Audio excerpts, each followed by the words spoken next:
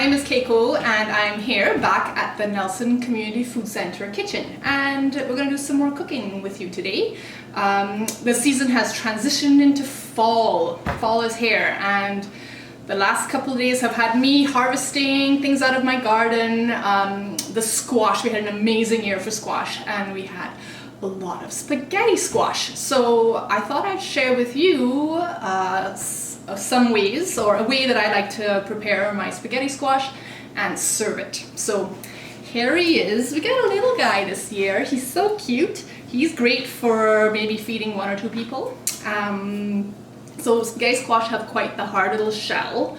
And so I'm going to show you how I get into this squash.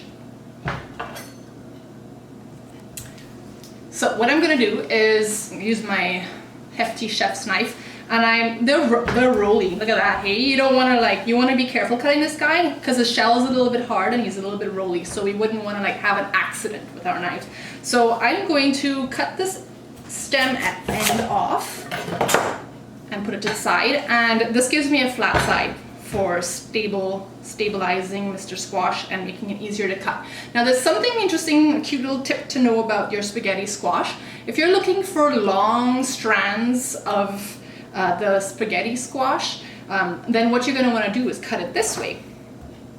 Again, being very careful. You could go like that, cut it crosswise, I guess you'd call that. Or if you would like to just have shorter strands, you would cut it this way. So something that people love to do with spaghetti squash is use it as like a spaghetti replacement, spaghetti squash. So it's really great for that. So we're going to do that today, but today I'm actually going to cut it this way, and I'm just going to carefully get in here, chop him right through the middle. He's got seeds on the inside. I'm going to scoop our seeds out into this here bowl. We're just going to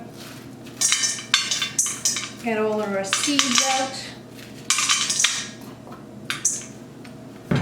Both of them. And I've got my oven heating up to 400 degrees, which is a great temperature for roasting.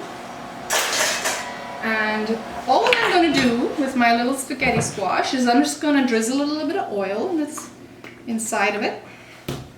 And I'm going to just season it with a little bit of salt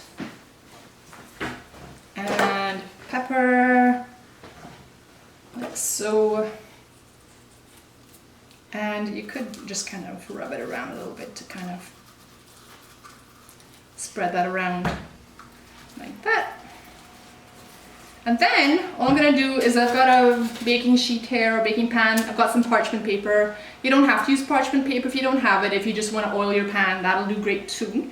And I'm just going to put it face down on my parchment paper. So you'll notice also that my parchment paper has been used in the past, and I love reusing my parchment paper until it's basically falls apart, and then I put it in my compost bin because that's what you can do. So I'm going to put this into my 400 degree oven. So you can see here I've got this really beautiful, and they're hot. 400 degrees is hot in there. We've got a little bit of nice browning going on them, and they're nice and soft. So this is going to be hot to work with, but you just got to work fast. And I'll show you here how it's looking. So see, this is the one that I cut crosswise. I'm going to pull, look at that. We get some beautiful long strands of the spaghetti squash. Yummy. Now it's nice and moist. It's got a little bit of seasoning already from that salt and pepper, a little bit of oil. Now you could just save yourself the dishes, and I mean, it's as easy as putting some butter in there and maybe another little pinch of pepper, salt, and just give that a little toss like so. And that's a great side for some sauteed vegetables, some mushrooms maybe, a little bit of pasta sauce and some cheese. Hey, why not? Another thing that I like to do is take my beautiful little squash. You just know all that caramelized stuff is going to be so yummy. Loosen him from the shell. I like putting a little bit of pesto. We just give him a little toss with some nice basil pesto. And you know, what would be really good is a little bit of feta and a little bit of toasted sunflower seeds or pine nuts if you have them. Pine nuts are a real treat if you can get them.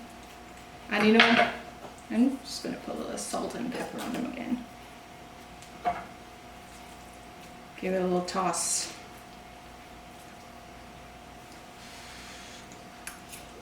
No. I mean, it's not exactly spaghetti, but it's spaghetti-ish.